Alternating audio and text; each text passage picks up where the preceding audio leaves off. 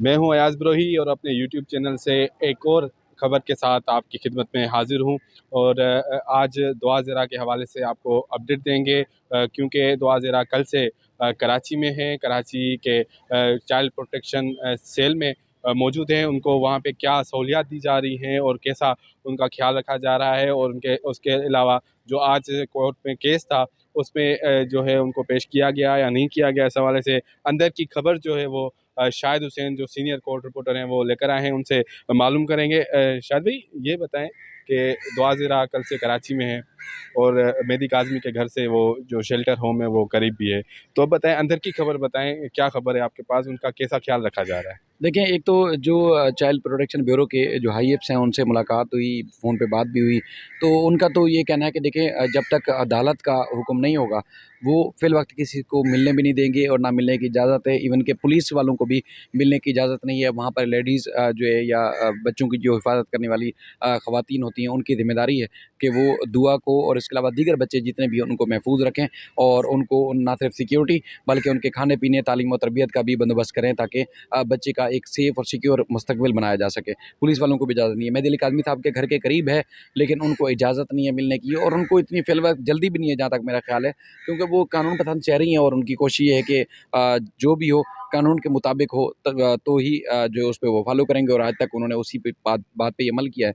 बाकी जो दीगर चीज़ें हैं उसमें पहली तारीख को, ख़ास तौर पर पहली तारीख को, पहली अगस्त को ही दुआ ज़हरा को ट्रायल कोर्ट में पेश करना है, चूँकि ट्रायल कोर्ट का जो हुक्मनामा था उस पे कंप्लायंस हो चुकी है, अमल दरामद हो चुका है। अब ट्रायल कोर्ट में ही चाइल्ड प्रोटेक्शन ब्यूरो की जानिब से पेश किया जाएगा और पुलिस की सिक्योरिटी में। इससे पहले कहीं किसी फ़ोरम पर पेश करने का ना हुक्मनामा है और ना ही पेश करने की कहीं ज़रूरत थी। तो बहुत सारे लोग ये इस तरह की चीज़ें कर रहे थे कि आज पेश किया जाएगा, कल पेश किया जाएगा, या यहाँ पेश करना जो है अदालत के सामने बहुत ज़रूरी है। फ़िलवक़्त ज़रूरी नहीं है। अदालत के हुक्म पर अमल दरामद हो चुका है, लाहौर से कराची मुंतकिल हो चुकी है बच्ची। अब बच्ची को जो है वो बाकायदा तौर पर ट्रायल कोर्ट में जब ज़रूरत होगी तभी पेश करेंगे। वो ज़रूरत यकम तारीख को ही है, इससे पहले नहीं है, क्योंकि यकम को ही पुलिस ने जो है प्रोग्रेस रिपोर्ट पेश करनी है। उसमें पुलिस ने जो वो चालान या जो भी चीज़ें होंगी, कि चालान के लिए शायद मज़ीद वक़्त ले, तो वो चीज़ें जब होंगी, जब भी जो है वो बच्ची को भी पेश किया जाएगा और उसी दिन मुल्ज़िम भी जो है वो पेश होंगे। अच्छा, आज कोई सुना था कि कोर्ट में कोई पेशी थी, बरसात की वजह से हम तो नहीं जा सके।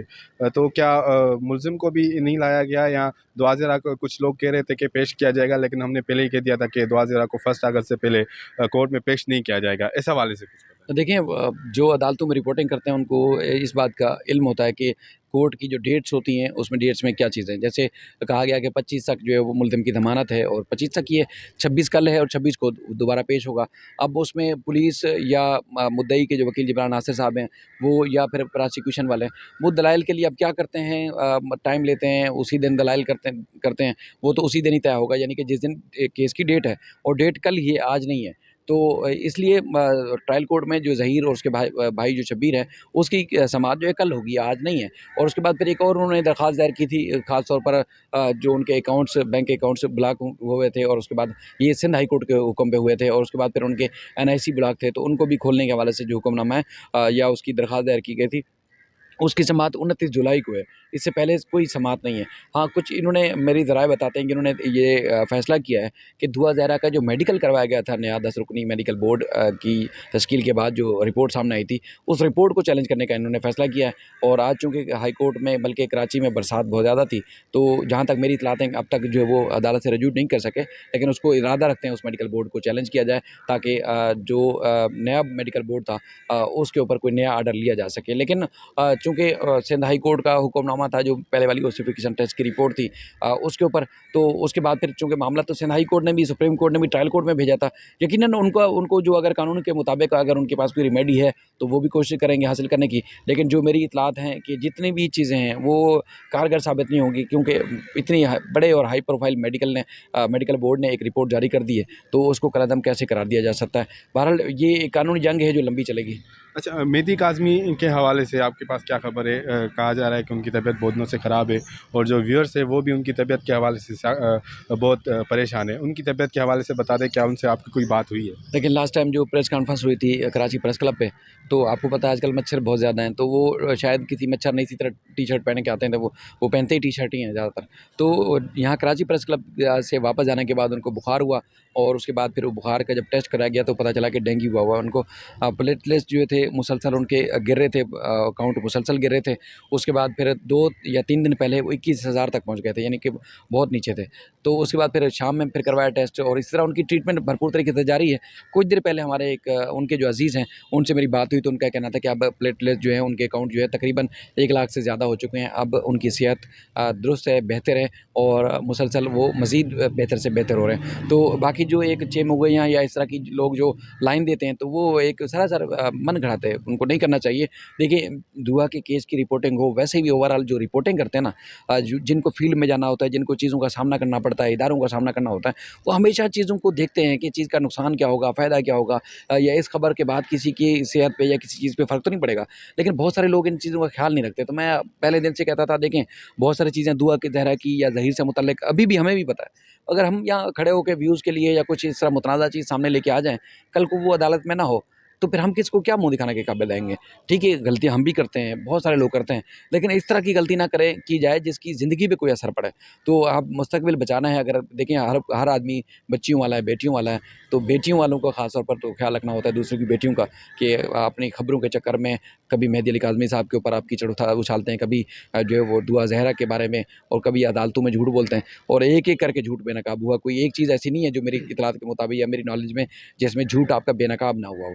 तो मज़ीद बेनकाब होने से बेहतर तो ये है कि आप सिर्फ़ रिपोर्टिंग करें और अदालतों में जो कुछ होता है वो रिपोर्ट करें। अच्छा, एक मिनट और आपका मैं लूँगा। हम टीवी चैनल्स के लिए सिंध हाई कोर्ट हो, सुप्रीम कोर्ट हो या सिटी कोर्ट हो, जो भी कराची की अदालतें हैं, वो कवर करते हैं। लेकिन दुआ ज़ेरा का जो केस था, उस तरह हम टीवी पे 2, 3, 4 टिकट चलते हैं, उस हिसाब से कवर नहीं कर पा रहे थे। जिस वजह से हमने शाहिद भाई से ये डिस्कस की, और शाहिद भाई ने हमें ये कहा कि हमारे व्यूअर्स जो है मज़ीद इसमें तफ़सीलात जानना चाहते हैं, इसलिए आप अपना यूट्यूब चैनल बना लें। हमने यूट्यूब चैनल बना लिया, 1 हफ़्ते से ज़्यादा हमें नहीं हुआ। तो शायद भी हमारे यूट्यूब चैनल के हवाले से हाँ, आप क्या बिल्कुल, पैगाम देंगे? बिल्कुल। देखिए, मतलब ये है कि आप लोग तो वो हैं जो ग्राउंड पर जाते हैं, फ़ील्ड में जाते हैं। आप हैं, और आपके जो डायरेक्टर न्यूज़ हैं, ज़फ़र सुमरो साहब, ये ग्राउंड पर होते हैं, फ़ील्ड में जाते हैं, और बड़े चैनल्स में काम करते हैं। ज़फ़र सुमरो अब तक टीवी में करते हैं, आप टाइम न्यूज़ में काम करते हैं, और पहले आपने बड़े अखबारात में भी काम किया है। यानी कि आप वो सहाफ़ी हैं जो खबर क्रिएट करते हैं, खबर बनाते हैं। बहुत सारे ऐसे हैं जो ज़िंदगी में, यानी जैसे कि इकरारुल हसन है, कभी कोई भी पूछ ले, कभी इकरारुल हसन ने कभी खबर बनाई है?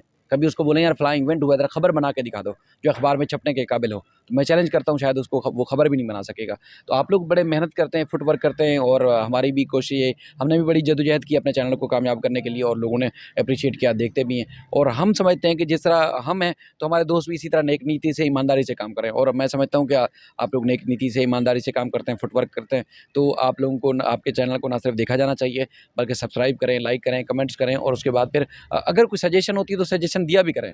यानी कि अगर हम भी कहते हैं कि अगर मैंने कोई गलती की है, तो निशानदेही करें, ताकि अगली बार हम वो गलती ना करें।